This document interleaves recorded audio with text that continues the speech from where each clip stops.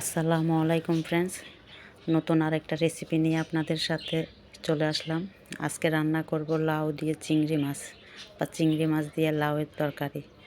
তো চলুন মূল রেসিপিতে চলে যাই। প্রথমে চুলায় আমি একটা পাত্র দিয়ে দিলাম। পাত্রের মধ্যে আমি রান্নার তেল, সয়াবিন তেলটা দিয়ে দিলাম। এর মধ্যে আমি ফোড়ন হিসেবে জিরা দিয়ে দিলাম অল্প পরিমাণ। জিরা দেওয়ার পর আমি এর মধ্যে দিয়ে দিলাম পেঁয়াজ কুচি। পেঁয়াজটা এখন ভালো মতো নেড়ে চেড়ে নেব। তারপরে এর মধ্যে আমি হলুদের গুঁড়া আর মরিচের গুঁড়াটা দিয়ে দিলাম। সামান্য পানি দিয়ে আমি এবার মশলাগুলো কষিয়ে নেব।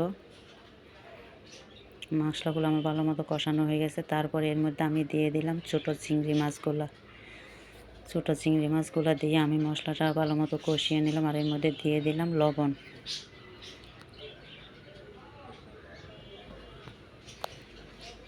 তারপর আমি এর মধ্যে দিয়ে দিলাম 1 চামচের মতো আদা রসুন বাটা।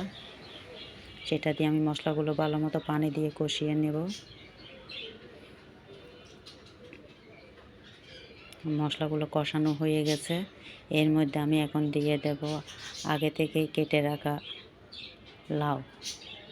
লাউটা আমি আগেই কুচি করে কেটে রেখেছিলাম। লাউটা দিয়ে আমি এখন মশলার মধ্যে ভালো মতো নেড়ে চেড়ে কষিয়ে নেব। আর দিয়ে দিলাম কাঁচামরিচ। আমি লাল মরিচও দিয়েছি আর কয়েকটা কাঁচামরিচও দিয়েছি। ঝালটা আপনারা আপনাদের পছন্দ মতোই দেবেন। ভালো মতো নেড়ে চেড়ে আমি ডেকে দেব। ঢাকনা উল্টিয়ে আমি আর একটু নেড়ে চেড়ে দেব।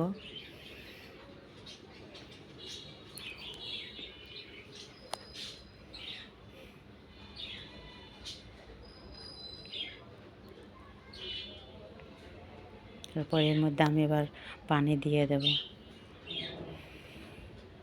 পানি দিয়ে এবার ঢাকনা দিয়ে আমি এবার রান্না না হওয়া পর্যন্ত রান্না করব।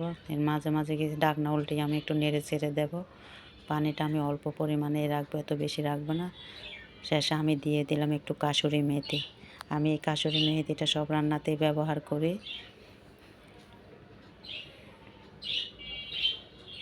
তো আমার রান্না প্রায় শেষের দিকেই, আমার রান্না প্রায় হয়েই গিয়েছে।